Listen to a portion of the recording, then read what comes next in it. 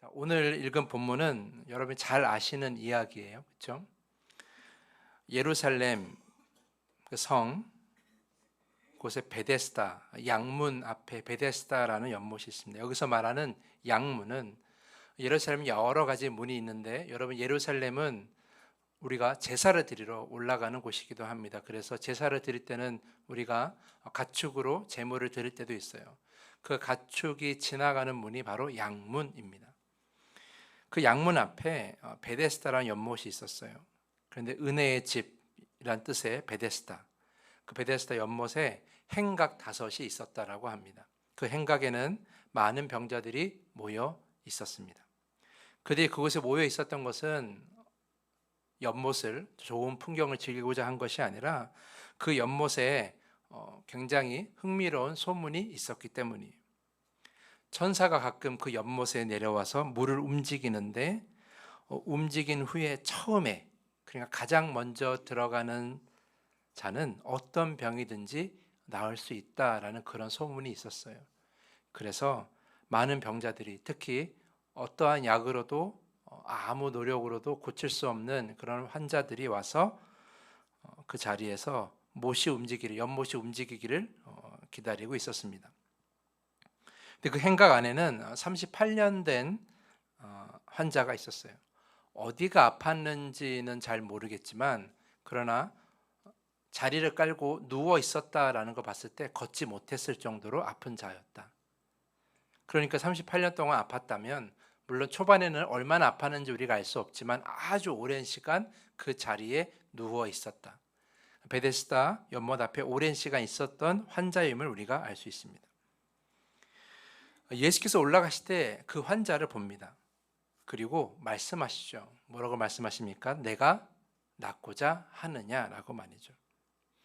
자, 여러분들이 이 환자의 입장이라면, 아픈 사람의 입장이라면 낫고자 합니까? 나으려고 하십니까? 라는 이런 질문에 여러분 뭐라고 대답하시겠습니까? 일반적으로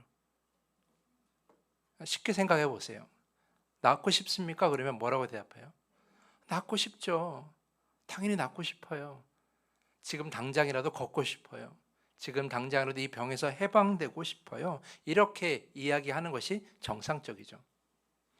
그런데 오늘 이 38년 된 병자는 좀 다르게 말을 합니다. 7절 말씀 보면, 주여, 물이 움직일 때 나를 못에 넣어준 사람이 없어 내가 가는 동안에 다른 사람이 먼저 내려가나이다. 세 번역으로 말씀드리면, 주님, 물이 움직일 때 나를 들어서 못에다가 넣어주는 사람이 없습니다. 내가 가는 동안에 남들이 나보다 먼저 못에 들어갑니다. 이렇게 이야기를 해요.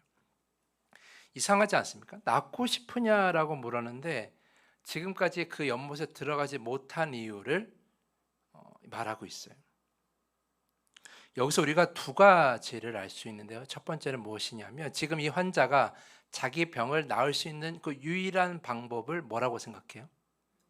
이 연못에 들어가는 거라고 생각해요. 그러니까 연못에 들어가지 못하니까 자신의 병이 나을 수 없다라고 단정 짓고 있는 거예요. 첫 번째가 그거예요. 자신이 병을 고칠 수 있는 방법은, 유일한 방법은 이 연못밖에 없다라는 거예요. 그리고 또 한 가지 우리가 알 수 있는데, 이것이 더 중요한 건데요. 내가 낫고자 하느냐고 물었을 때 이 환자가 네, 낫고 싶습니다라고 말하지 않고 이런 이유를 말을 하는 것은 무엇이냐면, 이 환자는 이미 포기했다라는 거예요. 나을 마음이 없었다라는 거죠. 다시 말해, 낫고자 하는 소망을 완전히 잃어버린 거예요. 왜냐하면 지금 이 환자에게 유일한 방법이 뭐예요? 연못밖에 없는데, 그 연못에 갈 수 있어요, 없어요? 없다는 거예요. 제가 생각했을 때 처음 이곳에 왔을 때는 연못에 가려고 했겠죠. 과연 그 연못이 움직였는가는 잘 모르겠어요. 이 이야기가, 이 소문이 사실인지는 모르겠으나 어떤 사람들은 잘못 봤을 수도 있겠죠. 연못이 흔들린다라는 그런 것을 보고 서로 들어가려고 한 적은 아마 있었을 거예요. 충분히 그런 수십 번의 기회가 있었겠죠. 그게 병이 낫겠는지 안 낫겠는지 알 수는 없지만 연못이 뭔가 움직일 수 있다고 생각을 해요. 왜냐하면 제가 주석을 찾아보니까 이 연못이 밑에서 솟아나는 샘이 있기 때문에 움직일 수밖에 없다라는 거죠. 그러니까 물이 뭔가 솟아날 때 움직일 수밖에 없었다라는 거. 그러니까 움직이는 그런 순간들은 분명히 있었을 거예요. 나았는지 안 나았는지는 알 수는 없지만 그런 순간들이 있었는데 이 환자가 들어갔어요? 못 들어갔어요? 못 들어간 거예요.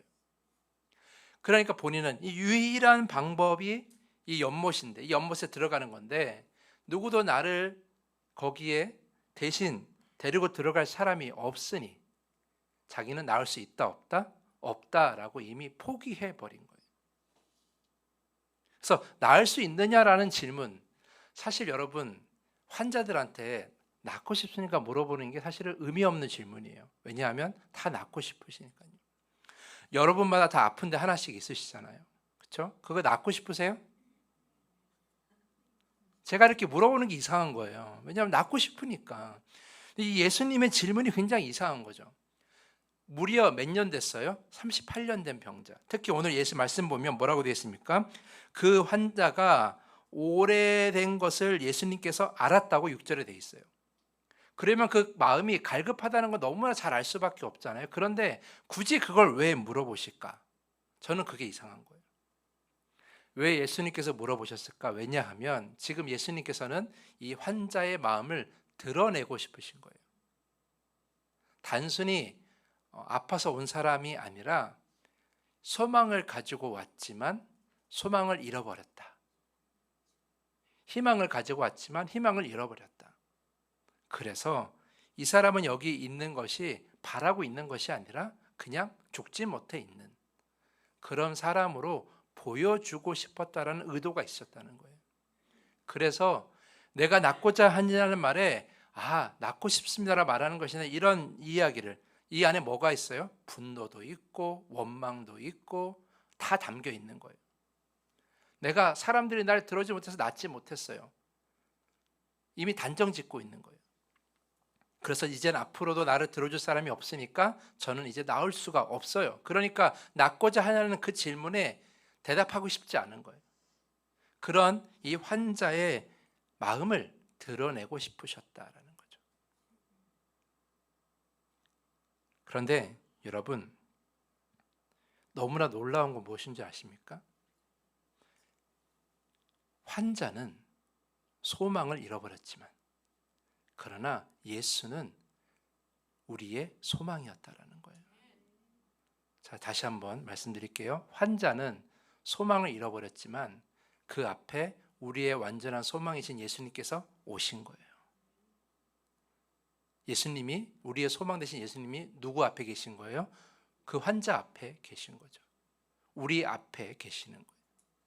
사랑하는 성도 여러분, 여기서 우리가 한 가지 깨닫습니다. 우리가 소망을 잃어버렸다고 생각되는 순간에, 그래서 아무 길도 찾을 수 없고 아무것도 할 수 없다고 여기는 그 순간에 예수님은 찾아오십니다. 그리고 소망으로 오십니다. 다 포기했다는 순간에 예수님은 가능하다라는 그런 메시지를 가지고 우리에게 다가오시는 거예요. 다시 말해 우리 주님은 잃어버린 소망을 찾아주시는 분이시고 잃어버린 희망을 찾아주시는 분이시고 삶의 모든 의미를 잃어버렸을 때 그 삶의 의미를 찾아주시는 분이 바로 우리 예수 그리스도라는 거예요. 사랑하는 성도 여러분, 예수님이 우리 앞에 계십니다. 근데 우리는 그 예수님을 잊어버리고 희망을 잃어버릴 때가 너무나 많이 있다라는 거예요. 나는 아무것도 할 수 없어. 나는 이제 이 문제를 해결할 수가 없어. 나는 결코 회복될 수 없어. 내 마음의 상처는 치유될 수 없어. 나는 이 어려움을 극복할 수가 없어. 나는 결코 성공할 수 없어. 나는 결코 온전해질 수 없어. 나는 온전한 믿음을 가질 수가 없어. 이런 등등 여러 가지 생각들이 우리를 괴롭히고 우리 마음을 가득 채울 때 그 여러 가지 마음들, 내 마음속을 채우는 그 마음들을 쫓아낼 수 있는 우리의 여력이 없는 거예요. 왜냐하면 우리의 힘으로는 부족하니까. 지금 오늘 이 본문에 나와 있는 38년 된 환자도 사실은 그가 보는 게 맞아요. 불가능한 일이에요. 아무도 그를 도와주지 않아요. 앞으로도 40년, 50년 그 자리에 있어도 그는 나을 수가 없어요. 그러나 그럴 때에 주님이 찾아오시는 거예요. 소망이 없을 때 우리가 소망을 완전히 잃어버렸을 때 그 소망을 회복해 주시고 찾아주시고 소망을 주시는 분이 바로 예수 그리스도라는 거죠. 사랑하는 성도 여러분, 그러므로 우리에게 소망이 없을 순간은 없습니다.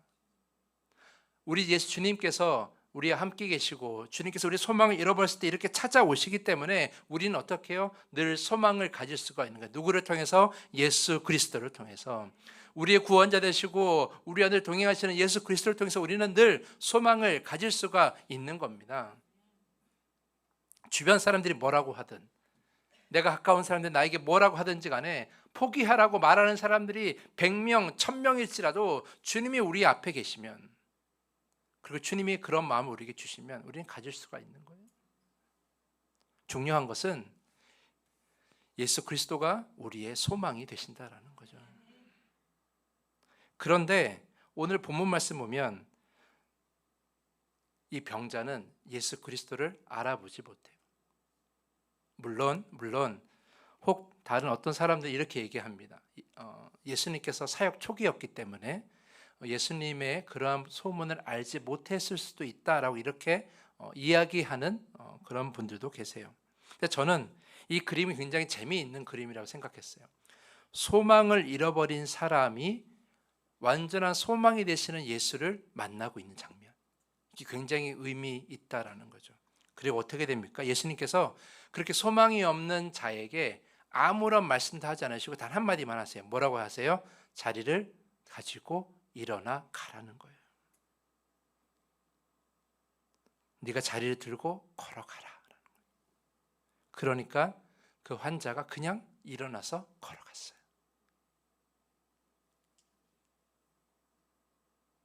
소망이 없던 사람이 한순간에 소망을 이룬 사람이 된 거예요.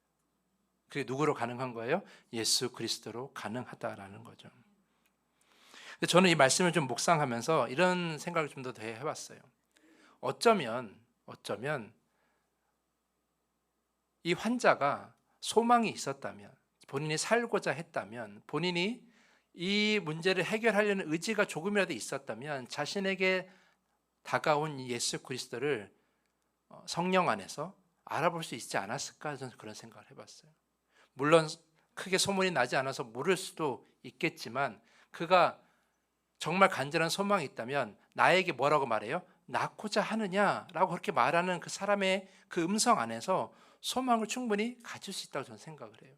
특히 예수님은 그냥 사람이 아니라 주님이시고 구원자시고 영적인 존재이시기 때문에, 그렇기 때문에 그러한 말 한마디에 우리가 소망을 가질 수 있을 것이라 저는 상상을 했어요. 그런데 그가 그런 예수 그리스도, 우리의 완전한 소망 되신 예수 그리스도 앞에서도 그저 예수 그리스도를 알아보지 못하고 소망을 가지지 못하고 그저 그렇게 다 포기한 채로 그렇게 말을 한 이유가 무엇일까? 과거의 사건들이 그를 완전히 마음을 닫게 했다라는 거죠. 그 환자가 처음에 시도해보지 않았겠어요? 처음에 왔을 때는 그 연못이 좀 흔들렸을 때 어떻게든 가보려고 하지 않았겠어요? 자기 힘으로 가보려고 노력하지 않았겠어요? 그게 한두 번 했겠어요? 정말 소망이 그 연못에 있었다면 여러 번 시도를 했겠죠. 근데 계속해서 안 되는 거예요. 그 누구도 도와주지 않고 나를 도와주는 사람이 아무도 없고 그리고 내가 뭘 해도 아무것도 안 되는 그런 과거의 시간들이 그 환자를 붙잡고 있었던 거예요. 그 과거의 시간들 안에서 소망을 잃어버리고 있다 보니까 지금 현재에 있는 예수님을 보지 못하는 거죠. 여러분, 제가 이 말씀을 드리고 싶었어요. 예수 그리스도의 구원은 과거가 아니라 미래입니다. 잘 깨달으셔야 돼요. 예수 그리스도께서 우리에게 이루시는 그 모든 온전하신 일들과 그 모든 사역들과 그리고 예수님께서 우리 앞으로 행하실 모든 열매들, 주실 열매들을, 그런 것들은 다 미래라는 거예요. 현재이자 미래는 거예요. 과거로 돌아가지 않는다라는 거예요. 그런데 우리는 예수님 앞에서 자꾸 과거를 이야기를 해요. 내가 과거에 이렇게 상처받았어요. 내가 과거에 이렇게 많이 해봤지만 아무것도 되지 않았어요. 내가 지나간 시간에 많은 노력을 해봤지만 저에게 남은 것은 아무것도 없어요. 사람들이 저를 배신하고요. 사람들이 저를 모른 채 하고요. 수많은 사람들이 도움을 받았지만 지금은 아무도 없어요. 그래서 그 사람들이 원망스러워요. 그 사람들이 싫어요. 그런 과거의 사건들만 자꾸 이야기하면서 그것들로 인해 지금의 내가 세워졌다고, 지금의 내가 있다고 이야기를 하고 있는 거죠. 근데 우리의 현재의 모습은 과거에 얽매이면 나아갈 수가 없어요. 왜냐하면 주님 우리를 앞으로 더 나은 소망의 자리로 끌고 가기 원하시는데 우리는 자꾸 과거에 얽매여서 그 내 앞에 계신 주님을 못 알아볼 때가 너무나 많이 있다라는 거죠. 사랑하는 성도 여러분, 우리가 소망을 잃어버릴 때 누가 찾아오신다고요? 예수님께서, 우리 주님께서 찾아오신다고요. 그것은 결코 거짓이 아니라 진리입니다. 성경 안에 수많은 사건들이 나와 있어요. 그런데 우리는 예수님이 다가오심을 모를 때가 너무나 많이 있어요. 알아보지 못할 때가 많이 있어요. 왜? 과거에 얽매이기 때문에. 지나간 시간이 원망스럽고 지나간 시간이 너무 힘들어서 그 앞으로의 다가올 시간에 전혀 기대하지 못하는 거예요. 그리고 그 시간이 너무 아프고 힘드니까 나에게 앞으로 나아갈 힘이 없다라고 단정 지어 버리는 거예요.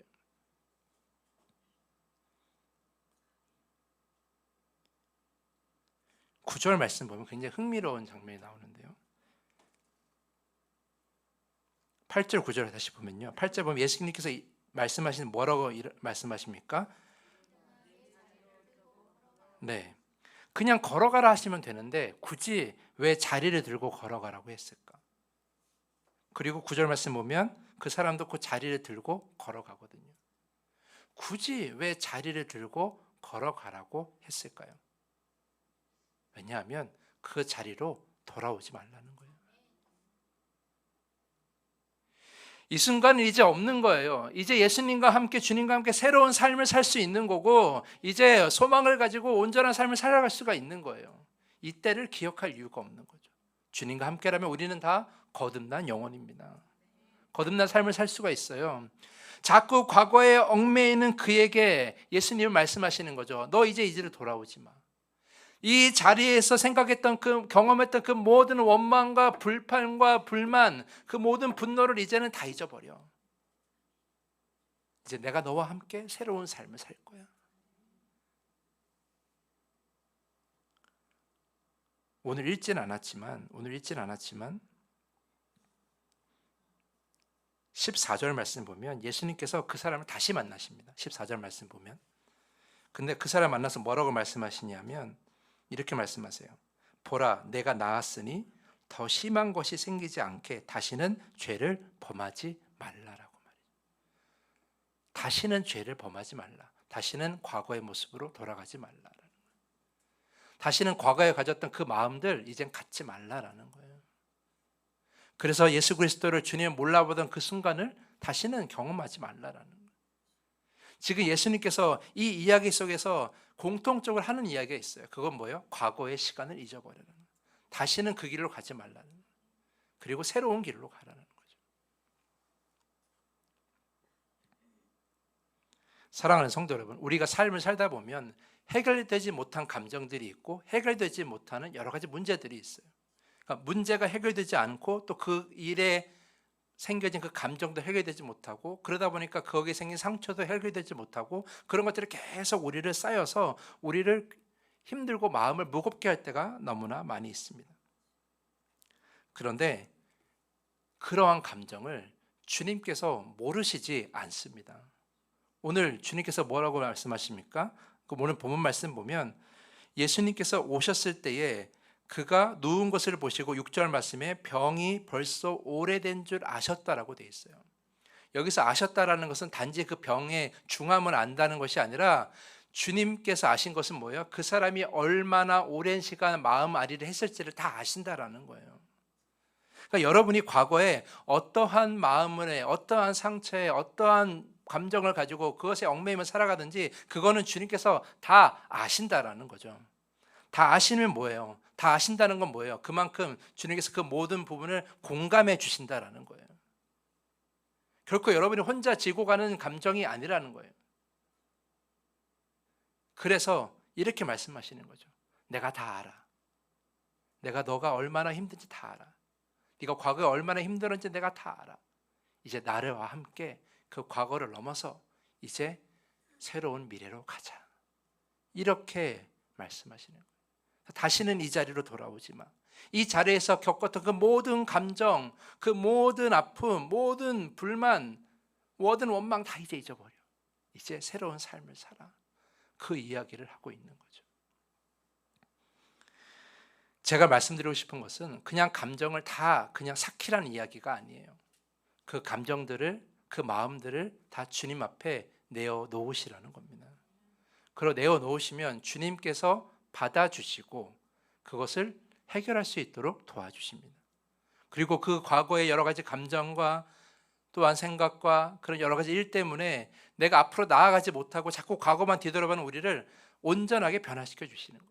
그리고 주님과 함께 새로운 삶으로 나아갈 수 있도록 우리를 인도해 주시는 거죠. 사랑하는 성도 여러분, 사순절을 보내면서 우리가 내려놓아야 될 것들을 많은 걸 얘기하고 있는데 오늘 제가 여러분들에게 말씀드리고 싶은 건 이거예요. 소망을 가로막는, 주님께서 인도하시는 새로운 삶을 가로막는 과거의 여러 가지 감정과 사건과 그리고 그 모든 일들을 이제는 주님께 내어 버리십시오. 그리고 주님께 말씀 다 하십시오. 주님은 그거를 해결해 주시고 이제 더 나은 미래로 갈 수 있도록 여러분을 인도해 주실 겁니다. 여러분의 그 마음, 그 누구에도 고백할 수 없는 그 마음들을 주님 앞에 다 내어주시면 주님은 그 모든 마음을 기쁨으로 바꾸어 주실 겁니다. 그저 과거만 집착하며 소망 되신 주님을 알아보지 못하고 새롭게 변화될 수 있는 기회를 놓치는 그런 어리석은 사람들이 되지 마시고 이제 우리의 소망이 되시고 우리를 변화시켜 주시는 그 주님과 함께 나아가시는 거예요. 주님께서 여러분을 반드시 새롭게 변화시켜 주실 것입니다. 우리가 어떻게 변할지는 아무도 몰라요. 왜냐하면 그 변화는 너무나 놀랍기 때문이죠. 38년 된 그 병자, 38년 동안 걷지 못한 그 병자가 한순간에 걸었어요. 주님께서 하시면 못할 일이 없으십니다. 희망을 가지고 소망을 가지고 과거의 모든 문제와 감정을 다 털어내시고 주님과 함께 나아갈 수 있는 여러분 모두가 될 수 있기를 간절히 축복하면서 오늘 말씀을 마치겠습니다.